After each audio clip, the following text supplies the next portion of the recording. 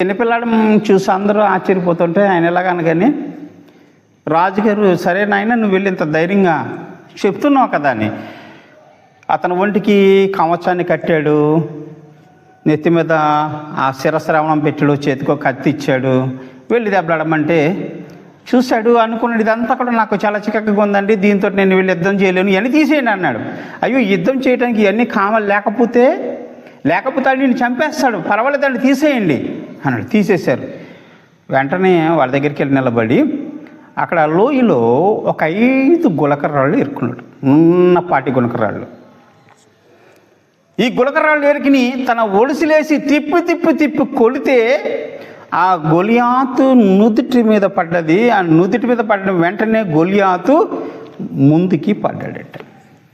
అంటే అతనుకున్న విశ్వాసం ఎంత గొప్ప విశ్వాసం అంటే, ఒక చిన్న రాయితో కూడా ఎంత పెద్ద సమస్యనైనా సరే, ఎంత పెద్ద బాధనైనా సరే, ఎంత పెద్ద రోగానైనా సరే మనం చంపేయచ్చు. మనకు చిన్న బాధ వస్తేనే కొట్టేసుకుంటాం, అయ్యో నా బాధ వచ్చింది, అప్పుల బాధలు అయిపోయాం, ఇరుకుని పడిపోయాం, అయ్యో నేను చేసిన అప్పులన్నింటిలో కూడా చచ్చిపోవాలి అని చాలామంది ఆ బాధ వచ్చినప్పుడు, ఇబ్బంది వచ్చినప్పుడు ఏదో తాగేసి తన పిల్లలుగా తాగించేసి చనిపోయేటువంటి వారు చాలామంది ఉన్నారు. ఆ మధ్యకాలంలో సించునాడ బ్రిడ్జి మీద నుంచి ఒక అతను తన పిల్లలిద్దరిని పట్టుకుని గోదావరిలో దూకేశాడు. దాంట్లో రాసింది ఏంటంటే, నేను అప్పుల పాలైపోయాను, నా భార్య కూడా నా మాట వింటలేదు కాబట్టి నేను దూకేశాను. చిన్న చిన్న సమస్య అనేది ఒక్కరోజు ఉంటుందండి, అది 10 రోజులు ఉంటుందా, 11వ రోజుని ఈ సమస్య తొలగిపోతుంది. సమస్యలని ఎప్పుడు కలకాలం మనతో ఉండవు. రోగాలన్నింటినీ కూడా దూరపరచుకోవచ్చు, సమస్యలు దూరపరచుకోవచ్చు. ప్రతి దాని ఎందుకు కూడా దేవుని ఎందుకు అతిశయపడటం నేర్చుకోవాలి.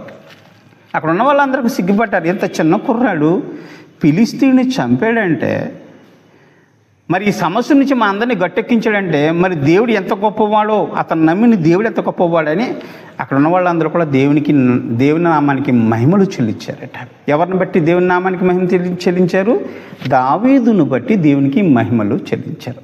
మనను బట్టి ఒకడు దేవునికి మహిమ చెల్లించాలంటే మనలో విశ్వాసము బలముగా ఉండాలి. మనం అతిశయించేది దేవుని పట్ల అతిశయించాలి, లోకములో అతిశయించకూడదు. దేవునికి స్తోత్రం, హల్లెలూయా.